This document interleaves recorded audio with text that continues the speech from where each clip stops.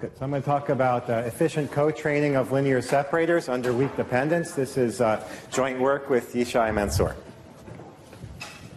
Okay, so let me start with some background. Okay, so co-training. So co-training is an approach for semi-supervised learning. So settings where you have a lot of unlabeled data and very little labeled data. So just as a motivating example, think about a problem of, say, given a news article, trying to determine whether or not a user would be interested in reading it or not. Okay? Something like that. So the idea of co-training is that perhaps we can describe our examples, X, as consisting of two parts, also called two views, X1, X2, that have some redundancy to them in the sense that each of them would be sufficient for classification. Okay, so for example, in this, think of X1 as the first paragraph of the document, and X2 is the second paragraph of the document. And then what we're assuming is that there's enough redundancy there so that it's possible in principle, given just the first paragraph, to determine if a user would like it using some function F1, and it's also possible in principle to determine from the second paragraph if the user would be interested in that document using some other function F2. Okay, so that's the assumption. And the idea is that if we have this, then in principle we could hope to try to learn classifiers H1, H2 over paragraphs 1 and 2 respectively from very little labeled data by using the constraint that these functions ought to agree with each other over the unlabeled data to help us prune down the search space and use this as either a hard or soft constraint, either explicitly or implicitly in the algorithm. And there's been quite a bit of work on this, both theoretical and empirical. Okay. And so just to help us, like with some intuition, kind of what intuitively do we need for this to help us, in principle anyway, for learning from less labeled data? Okay, so when does this constraint help? Okay, so to help with our intuition, think of X1 and X2 as lying in the same space. Okay, so what does that mean? That the first paragraph is described using some features, and the second paragraph is described using the same set of features. So X1 and X2 are both points in the same space. Also for intuition, think of F1 and F2 as the same function, and that function being a linear separator, a linear threshold function. Okay, so for intuition, you can now think of this as X1 and X2 are both points, and think of there being a line segment going between them, and the fact that they're supposed to agree means that our hypothesis should not chop through that line segment. Okay, the target doesn't chop through that line segment. Okay, so then what you kind of see is what we need is there to be some diversity between the two parts of an example. Okay, so for instance, a bad case is when X2 looks just like X1. Okay, they're very close to each other. If the second paragraph is an identical copy of the first paragraph, requiring agreement on the two is not really very helpful. It's not chopping down the search space at all. On the other hand, if there's a lot of diversity, if for example, this sort of ideal case is when they're independent given the label, meaning that you can think of a document being generated as a positive example is generated by first picking a random first pair, random X1, positive X1, and pairing that with an independent random positive X2. In that case, these line segments are going to actually, be long and really cut down your search space. And actually, given enough data, you can show that in the end, the only consistent functions, consistent linear separators, are going to be the ones that are pretty much the right answer, pretty much the opposite of the right answer, labeling pretty much everything positive, or labeling everything pretty much negative. That's all that's going to be left over. So in principle, there's not, this constraint is really cutting everything down. Okay. So continuing with the background, so kind of what are some things we know? So in early work with Tom Mitchell, we showed that if you have this independence given the label, then you actually can get an efficient, a polynomial time algorithm for classes like linear separators if you have enough labeled data to produce an initial weak hypothesis, say, over the first view. And the idea is you can use that weak hypothesis as giving you a noisy label of the second view, and the independence assumption means that that noise is not correlated with the example except through the label. So it looks like white noise. Which you can handle with say statistical query algorithms. Okay, so that's nice. In work with Nina Balkin, we extended this to show that actually, in the case of independence given the label, for linear separators, you can actually do this with a single labeled example. And the key idea here is that actually a random linear separator has a non-trivial chance of being a weak hypothesis. So you can just try a random linear separator and see if it works. Try that procedure. And the key point here is you can check how you're doing on unlabeled data. You can use this fact that the only functions consistent with unlabeled data are those that are pretty much close to the right answer, the opposite of the right answer, or the all zeros or all ones. So you can check if you're right up to this plus or minus being the right answer from unlabeled data. So just repeat that process a bunch until you get something that separates with reasonable numbers on both sides, and use your single labeled example to tell the difference between f and minus f, which is the plus side and which is the minus side. Okay. If we're not worried about polynomial time, then Abney 2002 and generalized in his work with Nina Balkan showed that much weaker conditions are sufficient to learn this way in principle if we're not worried about computational issues. Okay, and in particular, Abney defined this notion of weak dependence and analyzed it. And the assumption here is that there exists some quantity lambda greater than 0 such that the probability of seeing some example given a label is at least lambda times what it would be if they were independent. Okay, so you can think of drawing this example x as first drawing the first paragraph x1 given the label, then with some lambda probability x2 is independent, with 1 minus lambda probability it's drawn in some crazy dependent way. Okay, and so the focus of this paper is an efficient algorithm for handling this case for linear separators. Okay. Where by efficient I mean polynomial time. Okay. So our results. So here's the main result. Assume that our functions f1, f2 over the two views are linear separators through the origin in their respective spaces. And assume that the distribution d over the combined pair x1, x2 satisfies weak dependence. That separately in each space there is at least a 1 over polynomial margin, at least 1 over polynomial dimension margin, and that the center of mass separately in each space is the origin. Okay, so the center of mass is the origin, and also in that space. That can be weakened a bit. Then we can efficiently, in polynomial time, we can learn from a polynomial number of unlabeled examples and a single labeled example. Okay, so that's the result of the paper. Good. Just to make a couple of notes. When you're learning a linear separator, you can, without generality, assume it goes through the origin by adding an extra dimension. You can also, without generality, assume that the center of mass is the origin by just translating everything so the origin is the center of mass. But you can't assume them together without generality, okay? So they're without generality separately but not together, and we're assuming together. We can weaken this statement here, and the paper has a weakening of it. But we don't know how to eliminate it. So I think that's a very nice open problem here. Okay, so just assume one of the two and not both of them. So that's without generality. We also don't know how to remove that the margin should be at least 1 over poly. And that's another, I think, nice open problem. Okay. So what's the main idea? So there'd be two main steps. So the first step is the following. So here's a kind of a appealing idea. So let's say the first target is this w1.x greater than or equal to 0. The second target is w2.x greater than x2 greater than or equal to 0. There's some margin gamma. Right. So what does that mean? So whether x is positive or negative, it means the product of those two things should be at least gamma squared. Because either they're both positive or they're both negative. Okay. Good. And, right, so that's this guy here. So this thing times that thing should be at least gamma squared. And now this guy in the middle you can think of as that's a d by d matrix.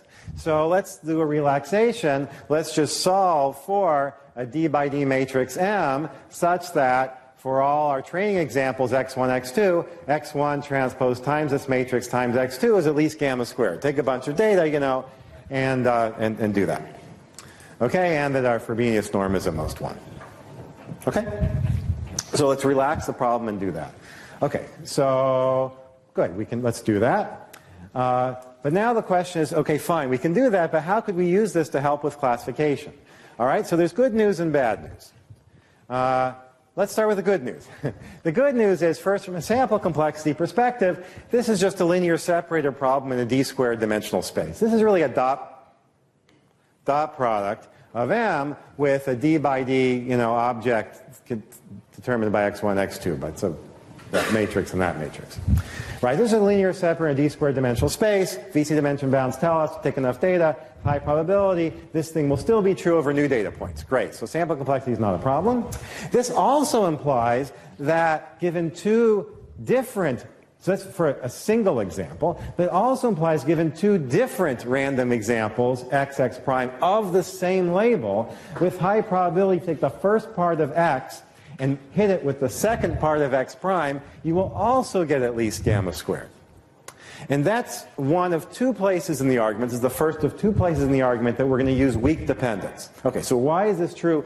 So I said this is true if x1, x2 are the first and second parts of the same example. Why is it true if they are first and second parts of different example, the same label? And I claim that's true by weak dependence. So in this case, x1 and x2 prime are really independent given the label because they're two independently drawn examples of the same label. But x1, x2 are weakly dependent, where weakly dependent is just like independence except with this factor lambda. So if this thing failed with probability p, that thing would have to fail with probably at least lambda p. So if this is true with high probability, this has to be true with high probability. So that's the good news. The good news, just to summarize, is given two random examples of the same label, our matrix M is useful in that we take the first part of one, hook it up with the second part of the other, we get something that's bigger than 0, bigger than gamma squared. That's good. All right, maybe we can use that for classification. Because if they're of the same label, this thing is bigger than 0. But maybe it's bigger than 0 all the time. What if this is also true given two examples of different labels? Right? So now is where we get kind of good news and bad news. Sticking with some good news, here's an obvious statement. If this is bigger than this, then negative this is less than or equal to negative that. Good? All right? Good. And that's that. And this, this negative x2 prime, I just stuck the negative there, this would be of the opposite label, right? Because our separator goes through the origin. So that if x prime is a positive example, negative x prime is a negative example. Okay? Good. That's what we wanted. But here's the problem. This might not look like a random negative example. If x prime is a positive, random positive example, you negate it, it might not look like a random negative example because nobody said our distribution has to be symmetric through the origin. In fact, if our distribution was symmetric through the origin, we would be done here. Okay? But we don't want to assume that. All right. But here's what we will get. So what we wanted, so we're going to aim for, we're going to get and show how we can use something that's weaker. So what we wanted is for most positive examples x, for most negative examples x prime, you take the first half of x, you hit it with the second half of x prime, you get something less than 0. Because then we could use it to distinguish positive and negatives. That would be true if the distribution were symmetric through the origin. We're going to instead get something weaker for a non-negligible fraction of positive examples x, for a non-negligible fraction of negative examples x prime, then we get something that's less than 0. If we take the first half of x and hit it with the second half of x prime. And here we're going to use the assumption that our distribution is symmetric through the origin. Okay, so why is this true and how does this help? So why it's true is just some calculations. So why it's true, I'll just assume for simplicity our distribution is 50-50 positive and negative. So if the average of our points is the origin, it means the average of the positives is something and the average of the negatives is negative of that something. And now we care about is, so let's look at the expected value of this quantity here. If we take a random positive here and a random negative there, if these are independent, you can push the expectation through. And then, since the average of the negatives is the negative average of the positives, you get something like this over here. And since it's true that for most examples of the same label, this is bigger than this, it means on average, this thing should be at least bigger than half of that. And so that means our expectations are nice. If we take an expected value of positive here and a negative there, you get something that's less than or equal to, say, negative gamma squared over 2. And then that implies that with non-negligible fraction, if this is negative by a good amount in expectation, it's got to be less than 0 with reasonable probability since our random variables are bounded. Fine. So that's why this claim is true. But now how does this help us? So it can help us in the following way. Here's what we do. We pick a random example. Good. Hope it's one of these good positives, one of this non-negligible fraction. Draw a whole bunch of examples and find things, examples x prime, where we get something less than 0 with that equation. And stick them over here in s prime. Okay. Now, from our earlier claim, very, very few pairs of the same label. So very, very few positives will pass this test, and some negatives will pass the test. So actually, with reasonable probability, these are all negatives. They're not random negatives, because it wasn't most negatives. It was some weird types of negatives. But these will all be negatives. They're not random, though, because they were special. They had the property that this thing was less than 0. So they're connected with this x1 in some funny way.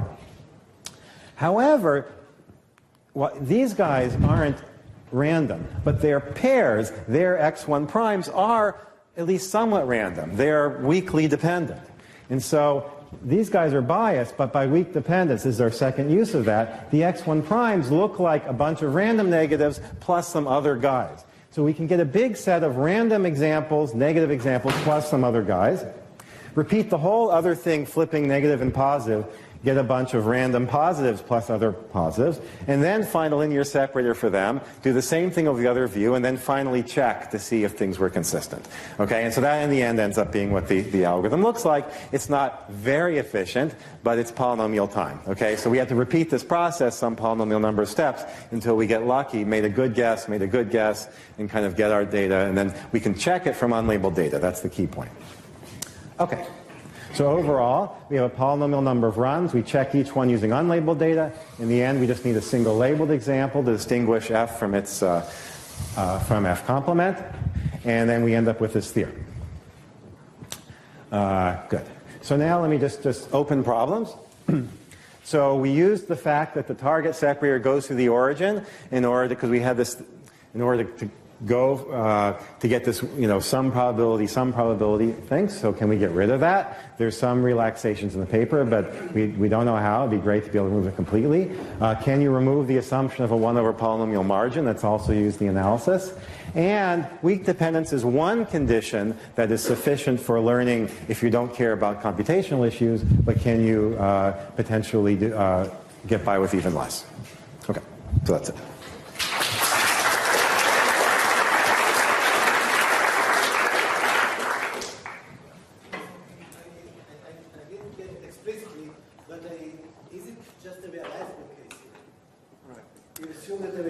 Space that does perfect separation.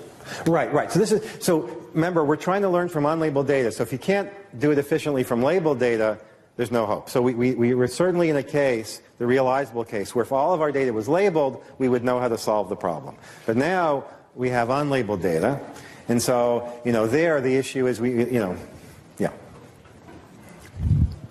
That's right. That's the time. A silly question, maybe. So, if you reverse this inequality that defines the weak dependence, would everything go through with the flip signs, or I didn't quite understand why you needed this specific direction for the inequality? We need that the probability of. So it's like a positive correlation. Right. It means that if you take a typical x1 and then you look at what the x2s that are paired with it kind of look like, right. We need that the probability of the distribution is at least something times what it would have been had they been dependent. Yeah, so we definitely need it that way. We need it's at least 0.1 times what it would have been had it been independent. If it's at most, that's not going to be, yeah, we need it that way.